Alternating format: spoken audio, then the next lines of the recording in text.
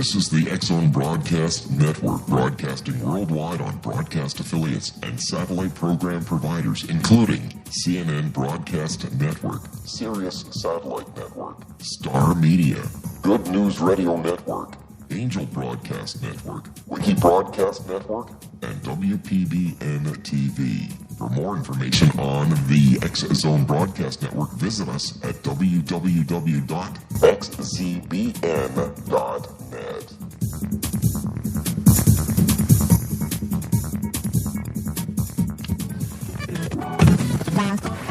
All Hit Radio.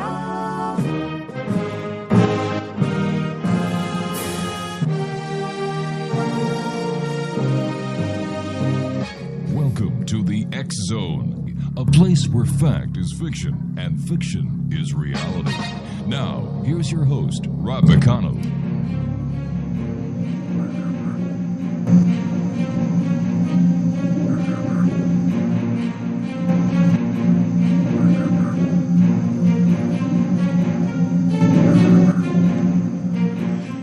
And welcome to the X-Zone, everyone. My name is Rob McConnell, and for the next 4 hours, I'm your host and your guide as together we cross the time-space continuum to this place that I call the X-Zone.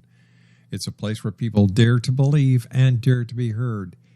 It's a place where fact is fiction and fiction is reality, and the X-Zone comes to you Monday through Friday from 8 p.m. Eastern until midnight on the X-Zone Broadcast Network, Starcom Radio Network, Digital Broadcast Network, and Digital Satellite Network. Worldwide toll-free 800-610-7035. Email xzone at xzoneradiotv.com. On all social media sites, X-Zone Radio TV. And you can listen to the X-Zone 724-365, including the live show at www.xzoneradiotv.com. It is Tuesday, October the 6th in the year 2015, and my first guest tonight, X-Zone Nation, is Stephen Kulls. He is the founder, director of Sasquatchdetective.com, and the author of 2 books, 50 Large and What Would Sasquatch Do? Now, Steve has had a lifelong fascination with the Bigfoot phenomenon since an early age. In 1998, after reading Monsters of the North Woods, Steve, like many of the general population, had believed that sightings were exclusive to the Pacific Northwest. But he learned that there were numerous sighting reports close to his residence in upstate New York. Steve began his first quest in 1998, seeking knowledge from other researchers in the field. In 1999, Steve started his first local grassroots organization, the Adirondack Research Organization. Here to tell us more about his investigation into Bigfoot, as well as Bigfoot sightings across the United States, is Steve Kulls. And Steve, always great having you on the show. How have you been, my friend? I have been excellent. Thanks for having me on, Rob. I really get excited to spreading the word and educating people, so it's part of the job. Okay. What is the latest about Bigfoot? Well, it's been really quiet, at least on some of my fronts. The last couple of years, we've been inundated with stories and research projects that have basically gone nowhere.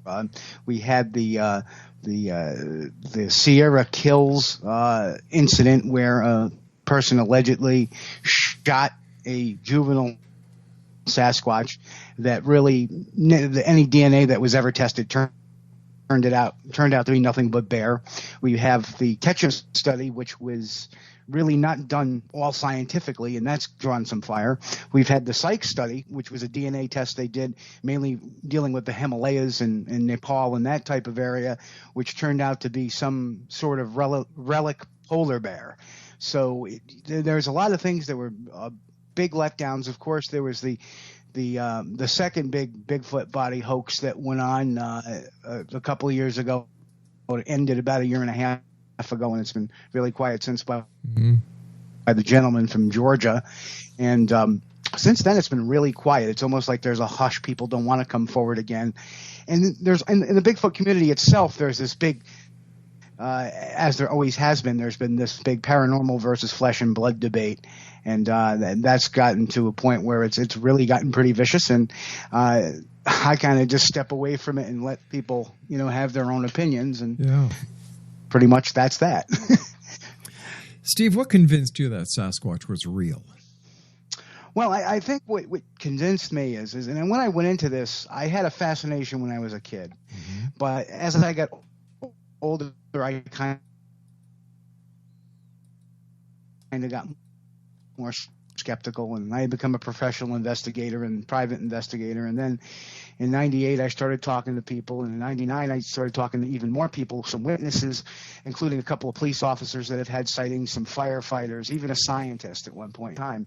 And that really had started to make me scratch my head. I'm a trained forensic interviewer, right. And I remember it came to be 1993. I was interviewing this gentleman, an ex-Vietnam veteran, Marine Corps truck driver now, and literally as he's telling me about his encounter, you could see the hair standing up on his arms, the jugular vein distension, and he was pretty scared. Yeah. So that was the first thing to make me go, there's something more to this than just hoaxes and misidentifications.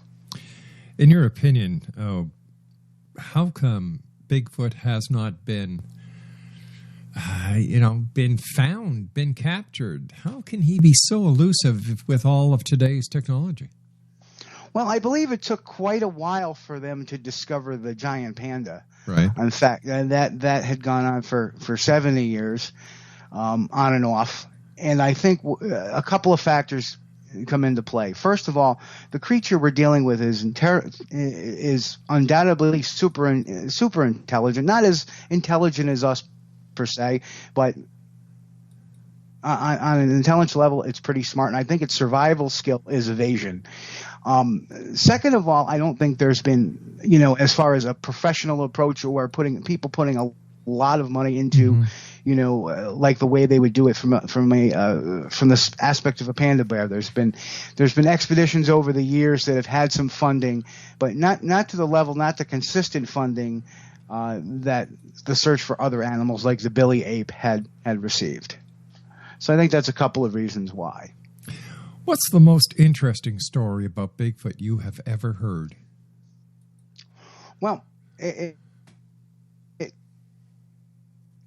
always never ceases to amaze me when people are at a cabin and they've had activity where they feel it, walking on their porches. And we had one like that back in the 70s, and it's always fascinating. It was in Vermont.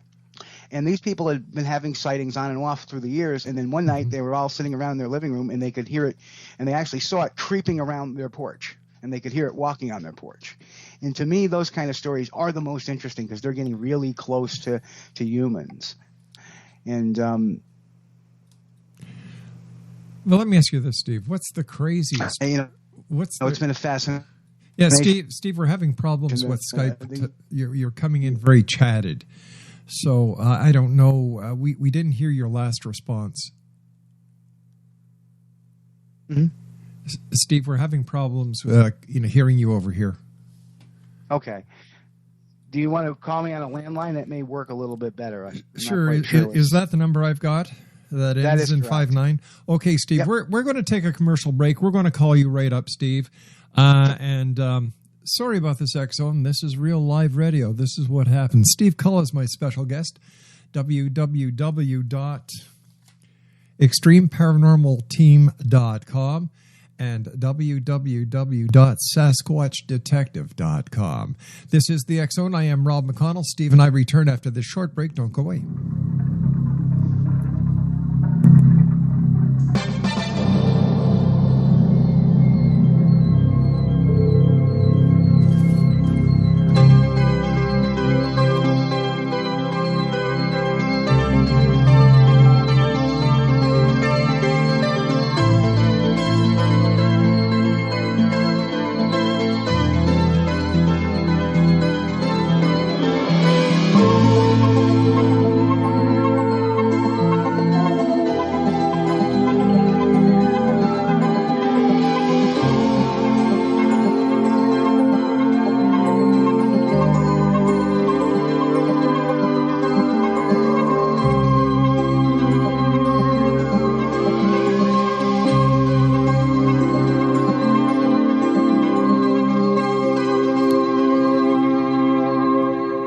Welcome back, everyone. I believe we have Steve Kulls with us. Steve, are you there?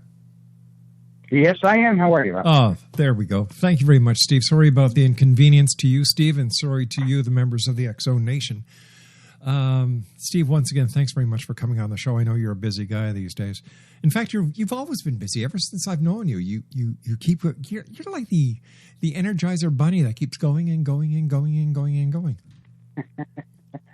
Yeah, I do, and it was about 5 years ago I started jumping into the paranormal stuff too. Yeah, not that I think there's anything paranormal to do with the Sasquatch, right? But it was kind of an interest of mine, and that's been a remarkable journey as well.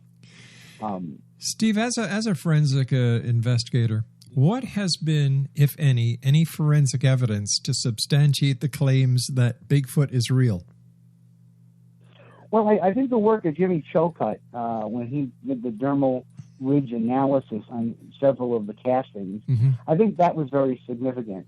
One thing that I've run into, and it's on my website under the archives, is I had gotten a cast in 2006. A few years later, one of my friends, another researcher, said, "Hey, did you see the cast I got last year?" And he showed me, and I realized it was the same foot. So when we compared the actual tracks, they were the same heel width, they were the same toe heel length, but the toe splay was different. And that was awesome because there's a couple unique items on it, including an elongated middle toe and a callus. So, I mean, you're looking at them side by side, you can tell it's the same foot. But his toe splay was a little bit wider than mine, and his toes were more clear, which made a lot more sense because it was in a softer substrate. But what we have here is a flexible foot that was found within a mile of each other 2.5 years later. So that by any means is forensic evidence of there's a footprint and there's the evidence right there. I mean, that is exactly forensic evidence. What about the Gimlin-Patterson film? What's your take on that, Steve? Well, there's been a lot of claims, and that was my first foray here on the X-Zone. But there's been a lot of claims, but a lot of those claims are stories as far as I was the guy in the stoop story by Bob Hieronymus. We know that the story had deviated, when he first premiered, and he first told it to how he's telling it now, especially in the fact that, he was saying he didn't show it to anybody, but then later on now he's saying he showed up at the bar to show everybody. And just the fact that there's no suit present to say, oh, here's the suit. And then you go with Philip Morris, the costume maker. Well, Bob Hieronymus does not describe the same suit that Philip Morris describes. So there's inconsistencies there. Since I've been on, I've actually had a chance to meet Bob Gimlin even more. And I just, in meeting him, it's just overwhelming to think that he would be kind of lying about the whole thing. I mean, he's just one of those genuine guys, warm-hearted, hey, let me, I would give you a shirt off his back to, Yeah, I don't know. I've heard good things about Gimlin, but Patterson had a checkered past. Very true. As far as, I guess the big thing, I guess that what skeptics like hanging on to is, here's a guy who wants to get a Bigfoot on film, and he does. And because he wanted to get a Bigfoot on film for a documentary and he actually gets it, we should be scratching our heads and being suspicious of that. And I find that kind of strange because I go out in the forest all the time, right? And if I could get it on film, I would. And would the same argument be made of any Bigfoot researcher that came back with a film, say, hey, look, I've got a film of Bigfoot. And people would turn around and say, well, that's got to be a hoax because you went looking for it. Well, I think the difference, Steve, number one, would be that you are known and respected as a Bigfoot researcher. You've got respect. You've paid your dues. Another thing, you've been searching for Bigfoot for years. Let's look at the other side of the coin. Patterson, checkered past. First time he goes out to get to film Bigfoot, he does. We're talking night and day here, Steve. Yeah, well, everybody has an opinion to it, and I can't argue that opinion. Right. But what I can say is that Patterson went in the woods quite a bit, in finding tracks and doing research. In fact, there was the first ever alleged Bigfoot body hoax there was a spat between Patterson and Renee DeHinden, between the Patterson group and Renee DeHinden's group, and John Green was kind of caught in the middle of it. So, it is what it is. I mean, it's kind of like, Paul Freeman in his video, the late Paul Freeman. Yes. And, on stage, it looks like a real good print, and he was a well-respected researcher for a while, and then there was a little chicanery, so it made his past checkered, too. And that's unfortunate, that people make these missteps. And I kind of look at it this way, too, is that, a lot of these guys who've been doing this, I mean, they're not public relations experts. Right. So sometimes they do things that that are kind of off the norm. There was one particular individual I know he does not interview well, and he made a statement that I'm sure was just a misstatement, but he did it on live TV, and they went right after him, and they went right for the jugular arm, and it made him look really bad for a while. Wow. So, that's why when I talk, I try to take a breath, try to at least think of what I'm going to say before I say it, and if I don't know something about something, I'll admit that, because there's no admission of ever being wrong or not knowing the answer to something. So in your opinion, Steve, why are so many people hoaxing evidence then? Well, I think there's several things that come into play. Number one, there's the joke factor. Everybody wants to have a joke, but I think in a lot of cases, it's some sort of in certain cases there is a psychological incident or a psychological factor into it. For example, I remember getting a phone call, a report from this guy who had like a 15-minute encounter with a Sasquatch. And he was describing, the first thing I had him describe was the terrain he was on. He said the grass was knee-high and all this other stuff. So I had him describe the Sasquatch, and then I asked him to describe the Sasquatch's feet. Mm-hmm. And he completely described the feet, and I'm scratching my head. Well, if the grass was knee-high to him, how could he even see the feet of this creature? Right. Obviously, he couldn't have. But then I always do a little probing questions about somebody's past, and you do that very nonchalantly. And it turned out the man had just been recently divorced. Oh. So I think what had happened is, and the guy was an older guy, so I think what happens is that, something, a psychological trigger is like, I need a little excitement. I want to feel like I belong to something, and that's what they do. There was another one that was on another radio show that this guy was having him in his backyard, and it was just an old guy taking care of his sister, and two guys went out there, and they said, this is in the middle of the city. Mm-hmm. So, there are some psychological factors. Then you get the pranksters, the kids that want to make it, do a little YouTube video, ha, ha, ha, chuckle, chuckle, see if we can't fool people.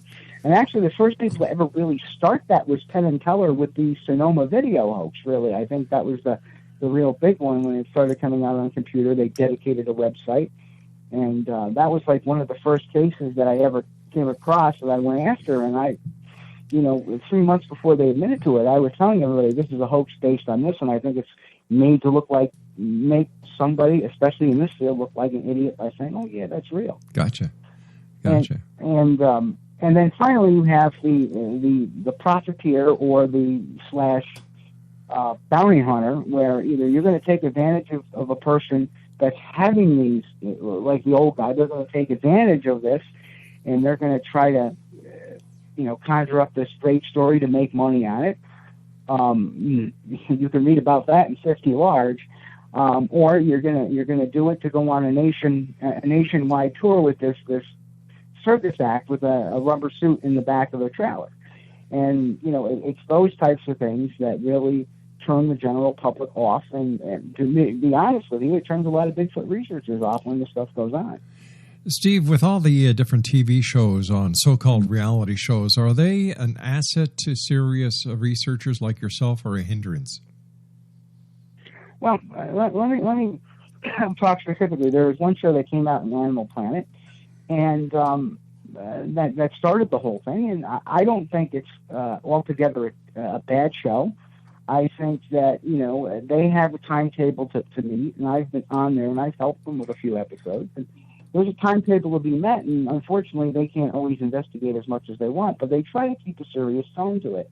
So they made a lot of people come forward and say, yes, I've been having this. But now what we're getting is I'm getting inundated with, well, I heard tree knocks. Well, I heard this sounds. And we're getting a lot of these sound audible ones, but no, and those are kind of, okay, that's great. I want to know what people see. That's the important thing. The other shows that have come out, where generally it's like, how should I put it? It's like Duck Dynasty meets Monster Hunters,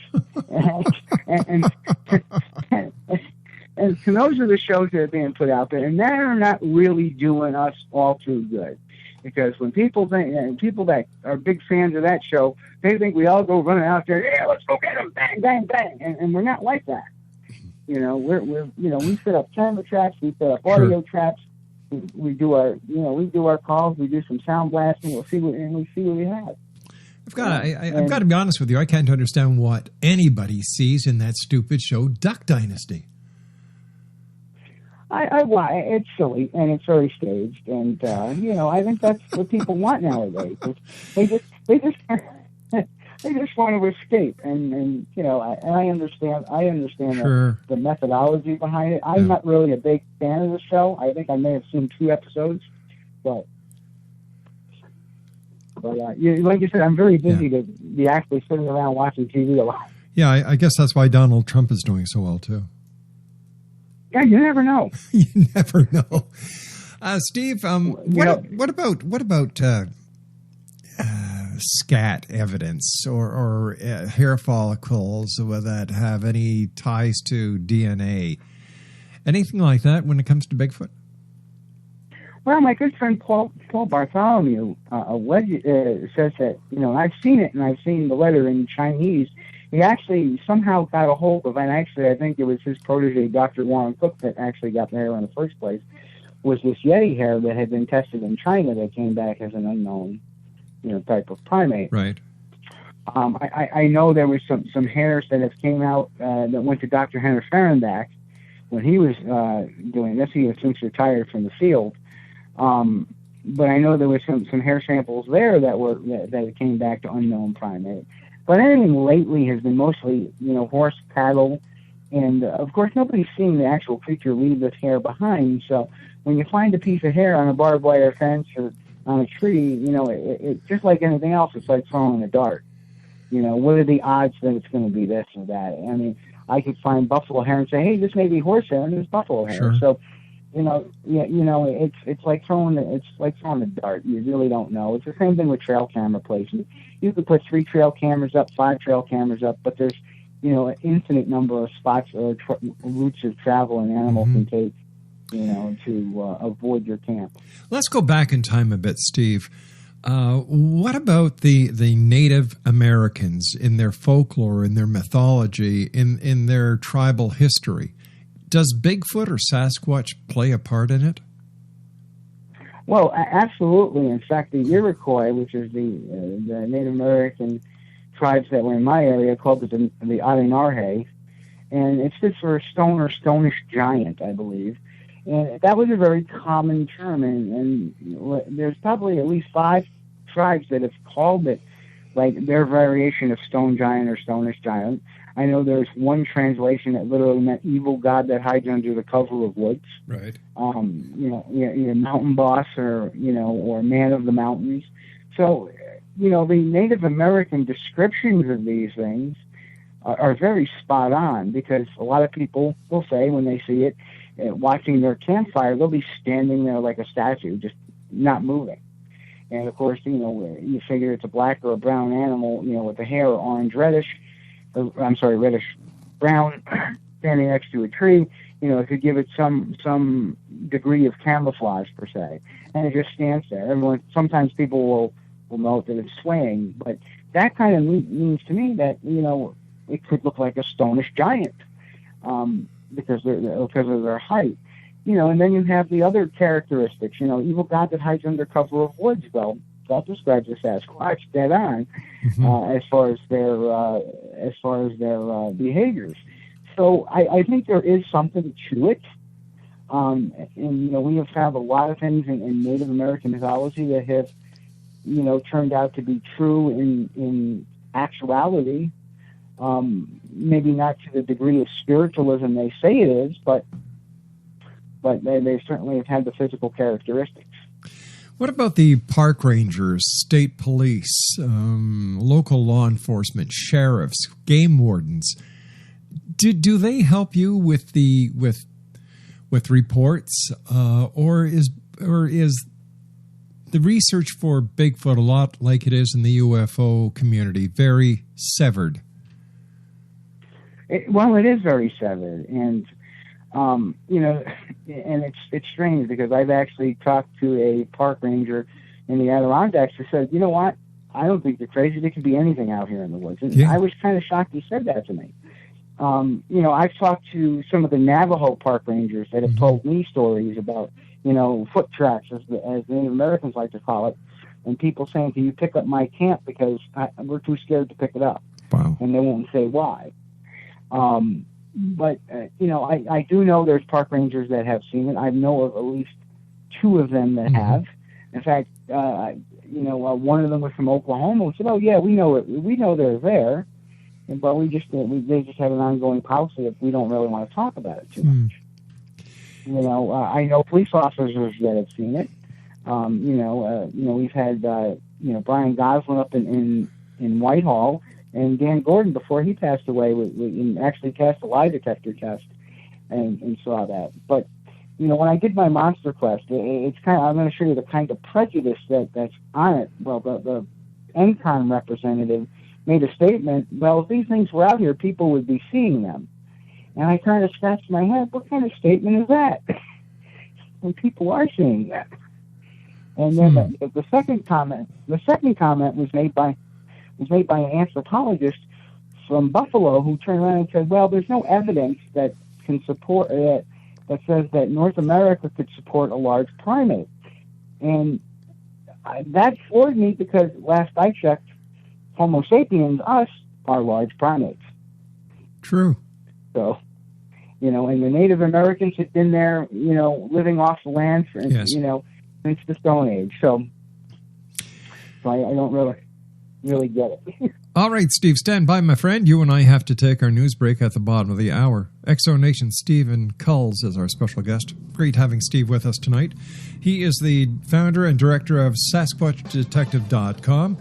And we're going to talk to Steve a little later on about his new website, ExtremeParanormalTeam.com. This is the X-Zone. I am Rob McConnell. The hour is dedicated to Bigfoot, Sasquatch, the Abominable Snowman, Yeti. All those names mean one thing, one big hairy monster. Fact or fiction? I think it's fact. I really do. Steve and I will be back on the other side of this break with the news as we continue from our broadcast center in Hamilton, Ontario, Canada, live and around the world on the X-Zone Broadcast Network, Starcom Radio Network, Digital Broadcast Network, and Digital Satellite Network from our studios in Hamilton, Ontario, Canada. Don't go away.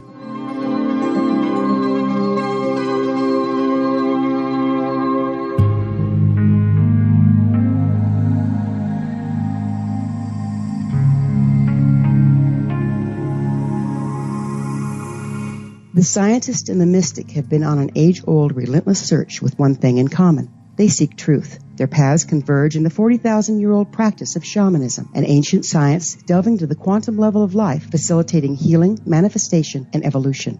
I'm Gwilda Wiyaka, the founder and director of Path Home Shamanic Arts School, a unique Colorado State certified occupational school training shamanic practitioners and teachers. We also provide classes for empowering personal lives through shamanism. Our certification classes are in week-long segments enabling international participation, and online classes and long-distance shamanic healing sessions are available. Come discover the science of magic in the limitless world of shamanism. www.findyourpathhome.com.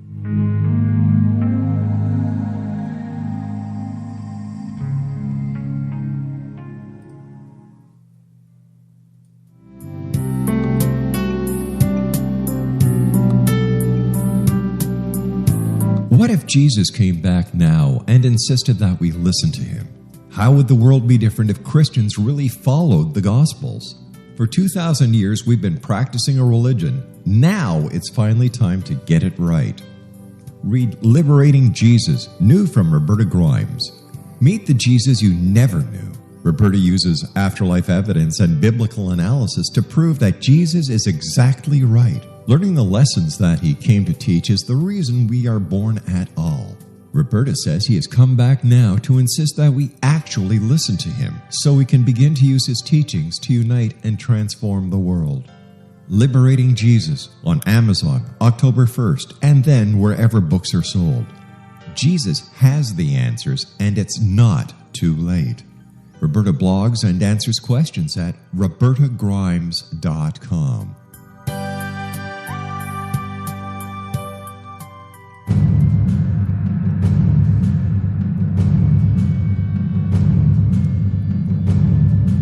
Jeff Gilson didn't go out looking for adventure, danger, or the answers to most of the controversial political intrigues of the past 30 years. But he found all three when he began investigating the mysterious death of his close friend, Margaret Thatcher's favorite speechwriter.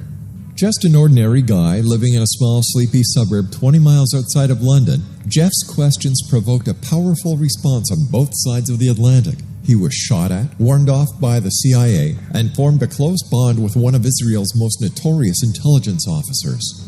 Relive Jeff's gripping adventure in his fast-paced book, Maggie's Hammer. Peel away the layers of establishment deception and discover, as Jeff did, that his friend was an assassin with British intelligence, that Great Britain has been America's secret hitman for the past 30 years, and that Princess Diana was not the target in that Parisian tunnel.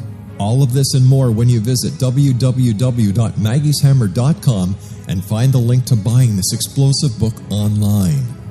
More and more ordinary people feel they no longer have control of their lives. Jeff fought back. He asked the difficult questions. He set out to redesign his own destiny, and you can do the same using Maggie's Hammer as your guide. Don't waste a moment. Buy it today. Visit www.maggieshammer.com.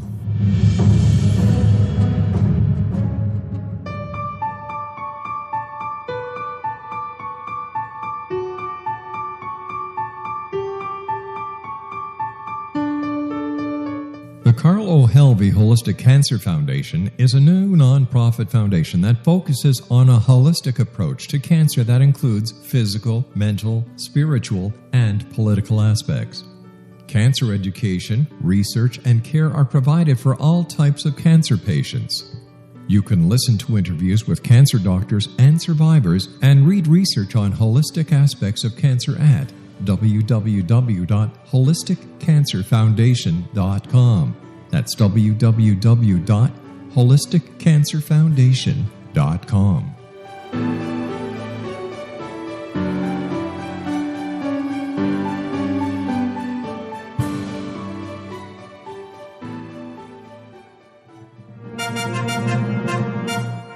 Hear ye, hear ye! The king has just announced the release, no pun intended, of the latest book of comedy, The Endearing Fart by Eileen Dover, noted fartologist. The endearing fart from our butt does it does. Without it we'd all suffer inside. So let it be, release it with glee, it's not comfy or easy to hide. The social norm would have us conform to withholding our gas for decorum. I'll not be a martyr, but rather a farmer. I'll risk being thought of a moron. But noisy but free, come fart with me. Will not be shy or unyielding. A smelly toot? Who gives a hoot? It's natural, healthy, good feeling. The enduring fart is the perfect gift just for about anyone. Buy now at tinyurl.com/to-buy now.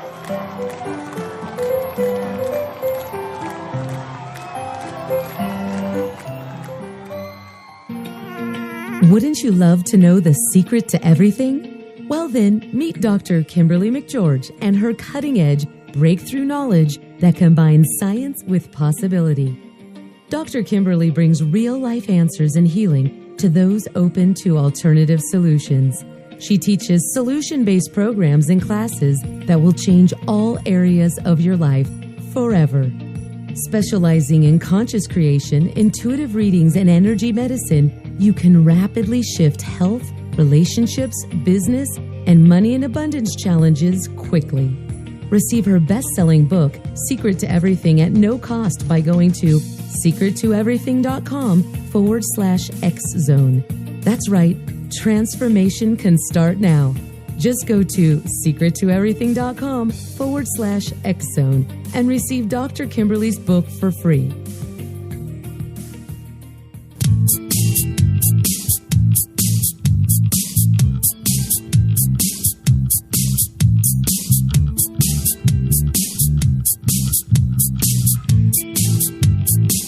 Welcome back, Exo Nation. Steve Kulls is our special guest of this hour. www.sasquatchdetective.com and www.extremeparanormalteam.com. Steve, what do you think it'll take to get the final proof, the smoking gun that will satisfy everyone that Bigfoot is real? Well, I think, unfortunately, the thing to satisfy everyone will probably be a specimen. That's the unfortunate thing about it. That's just the way science is. They demand the body a lot of times. So, there's been more. I've always said this. There's more evidence to support the existence of a Sasquatch than there is to support a Gigantopithecus. Because you think about it, nobody's ever seen a Gigantopithecus.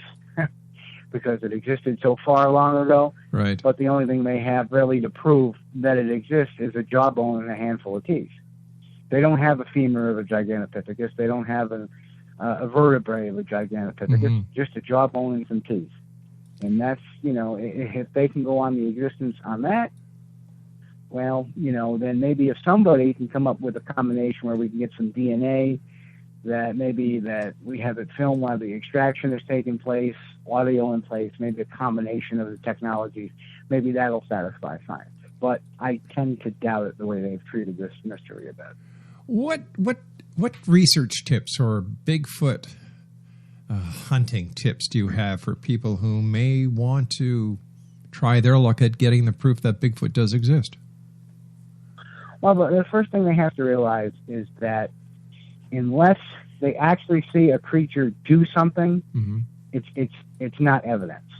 Like, they can show me tree structures and bends and stones being moved all day long or food missing off a bench. If you've got no picture of a Sasquatch doing that, you've got no evidence. As far as track evidence, that footprints are a form of forensic evidence. So yes, tracks are evidence. But tree bends are not, nests are not, tree markers, as some people have called it, and I just eternally bang my head against the wall sometimes when it comes to that. That's not evidence. Even sometimes audio evidence is a little shaky because you really don't see what's making the noise.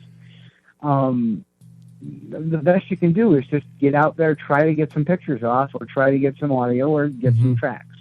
And that's what researchers have to do. And a lot of times I tell people, don't look down, look up, because a creature that size is going to be moving brush that's probably about the 5'10", 6 foot level easily. Wow. And I've actually been on a sighting report that had occurred the previous week, and I actually had tracked whatever it was they watched right down to the road. You can actually see the brush being moved at like the 6 foot, 5'8" level, and that right out down to the road. Of course, once it hit the road, it's any guess where it could have went. Sure. Steve, have you ever found any tracks or any evidence of a younger Bigfoot? Yes. In 2012, kind of funny, I got out of my tent to use a tree, and it was about 1 o'clock in the morning, and I look up and I thought I saw this 5 foot brownish figure running across the trail. I just kind of rubbed my eyes on it. No, I just didn't get enough sleep. I'm gonna go. You eat the tree, came back, went to sleep. Well, why don't you know, the next morning somebody had found a 9-inch track running perpendicular to the trail, just where I had seen it running. Oh my gosh! So I was like, you got to be kidding me. All right, let's talk a bit now about your switch over from Bigfoot to the paranormal. What happened? Why the switch? Well, it was something that always interests me. It's kind of neat because, the reason I got into the Bigfoot research wasn't necessarily because I had a traumatic episode. Like a lot of people get involved in research because they've seen something, heard something. back in the early 90s, I was actually a UFO investigator for APRO. So to me, investigation to mysteries just comes naturally. I mean, I was a professional investigator, so when I get these mysteries, I'm like, that's really intriguing. I'd like to go out and just, try it and see what it's like. And that's what I started doing.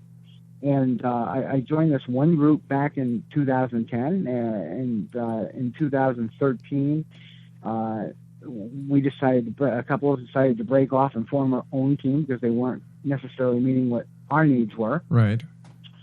And it's just something that I saw on TV. Of course, we saw Ghost Hunters, and that was really the first show to bring a lot of this kind of stuff to the forefront. And it was like, oh, I'm going to join a paranormal team, and that's what I did for a few years. And then we just broke off, did our own thing, and we're having our goal and our focus at the Extreme Encounter paranormal team is basically to help people. Even though we do very few public events, and the public events we do is to benefit historical societies. Mm-hmm. For example, Halloween we're doing a ghost hunt and a dinner at a old church that was built in the 1850s, and we're doing that, and all the funds are going right back to the church to help maintain the building and the cemetery they have. And that's what we do. And the flip side, our payoff is getting to investigate in these wonderful old buildings, and see what kind of evidence we can collect, be it EVP, be it video. And so far we've been very, very lucky. We've been out to the Lizzie boarding house. We caught an EVP in the Lizzie boarding house, just a very quick investigation there while we were on tour. Right. We went to Gallows Hill out in Salem, which is the actual place where they hung the witches. Got some. Not only did we get a few good EVPs, we got actually a footstep, which was really creepy because you can hear somebody take a step and you just turn and go, "That wasn't me." And then we also got something on video there, some light anomalies, and something that turned my recorder off. Wow. And it's kind of fun. I was actually videotaping the flashlights and the recorders, mm-hmm. and this light anomaly comes by, and then my recorder turns off. We've been to Saratoga Battlefield. We actually think we got a cannon shot in one of our recording sessions. So we've been to some of the historical places. We just did an ad hoc, a quick 45 EVP session because we had the opportunity to do it at Bobby Mackey's World down in Kentucky just last month. Mm-hmm. So we're still feathering through our audio with that. Some of the stuff is just totally amazing what we get.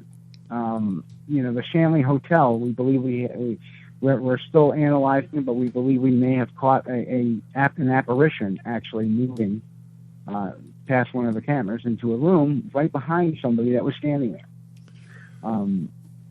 So some of the stuff is really just blows your mind, and that's just the stuff that we've caught on evidence. But when you're there, I mean, I've been to locations where I've seen chairs move by themselves, not very far, just like somebody just bumped it or something, sure. But nobody's near it. And then there's a couple of times, especially the Shanley Hotel down in Appomattox, New York. It's supposed to be one of a very haunted place. Ghost Hunters has been there before. And in that case, I was doing EVP sessions, and then we could distinctly hear the chair in the room behind us move. And when we asked her to do it again, it did it again. So it was pretty some pretty creepy stuff. But it's not so much when I do those things. Not so much really to gather evidence. I like collecting the EVPs. To me, it's just a fascination. Now, conversely, when somebody's having an issue, and we did have that happen, I have basically have been acting as the acting demonologist to the team. So if we have we don't back off from cases where people are claiming that they have issues with the preternatural or the inhuman spirits, and that's we have no problem going in there and trying to resolve that issue. And usually it's either nothing's going on, 2, this requires a psychologist, or 3, let's see what we can do. We can bless the house, or do a house blessing, or what we call a deliverance, which is basically exorcism on a house. On a person directly, I generally would prefer it to clergy. And we do have a spiritual advisor on our team, who is clergy. So how do you put a lot of people? I'm sorry. I was just going to ask you how do you conduct your investigation? Let's say Jane Smith calls you and says, "Steve, I think there's a ghost or a demon in my house." What do you do? Well, we sit down. We conduct a long interview with the person. Mm-hmm. We talk, and usually Stacy, who is the other founder of the group, she'll sit there and do a long thing. Then I'll talk with her for him or her for a while. We'll see if there's any psychological needs. Then we do baseline readings of the house entirely. We measure all the EMF in the house, because sometimes EMF can make people hallucinate or do strange things. But we do that. We run through all our measurements. And in one particular case, and this happened, we did that. We interviewed this woman, and she was having a lot of activity by her bed. And when we talk, as we're doing the EMF readings, we realized that she had this electric typewriter, and her electrical panel wasn't throwing up as much EMF as this electric typewriter. Oh, and this electric typewriter was on the desk next to her bed, and that's where that's the area she was having all the activity. So we talked, we did some sessions, really didn't get much results. So we turned around, we talked about it, and he said, "Listen, let's try something. I want you to unplug your typewriter and move it. Just get it right out of the room, and let me know what happens." Well, wouldn't you know, all the ghost activity stopped. Huh. So I think really it was the high EMF that was, causing her to hallucinate or hear things that weren't there. Because I guess the EMF has a very similar effect like infrasound does. Gotcha. Steve, why do ghosts hang around bars and taverns? Well, we all like to drink. No, I'm just kidding. Good one, Steve. I mean, I don't know. There's a lot of reasons why spirits stay where they are. My thought process, and this is completely theoretical, of course, is that there's some spirits that don't want to let go, and there's some spirits that they were loners in life, and maybe they just want to be loners in death. And you have your some spirits, like spirits of children, they're trapped to get a message out or something. Right. I am not really into necessarily the high spiritual side of it. I mean, yes, I'm a demonologist. I try not to. I don't really. My job is not to really ask about what's going on with the human spirits. My job is to delve with the inhuman spirits. But as far as the human spirits, why they must have some kind of task left in their list. Now, there's also another theory, conversely, that in actuality, what we're looking at is not the afterlife. We're actually looking at a dimensional split. Whereas we're actually, when we get this, what we're doing is we're getting feedback from another dimension, and where people are having hauntings and seeing things. A lot of times, it's just cracks in the dimension, and they're just bleeding into this dimension. And that's one theory too. I don't necessarily subscribe to it, but that is another way I've heard people describe it as well. So what is the strangest thing that has happened to you as a demonologist? Because UFO investigator to Bigfoot investigator, now to demonologist.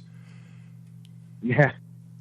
The strangest thing I ever did, I had to conduct a deliverance on a residence, and this woman had. We had talked to her. We had conference called her several times, spoke to her at hours. We actually got asked in by somebody that was trying to help her, and they couldn't deal with it, so they asked us to come in and help. And this woman had been attacked, and she was what we would call in very late stages of oppression. She was going to the doctor. She was having internal bleeding. They didn't know why, where she was internally bleeding from. We saw pictures of her having wounds on her arms, bite marks, even wounds on her tongue. All inexplicable. She'd get up and say this.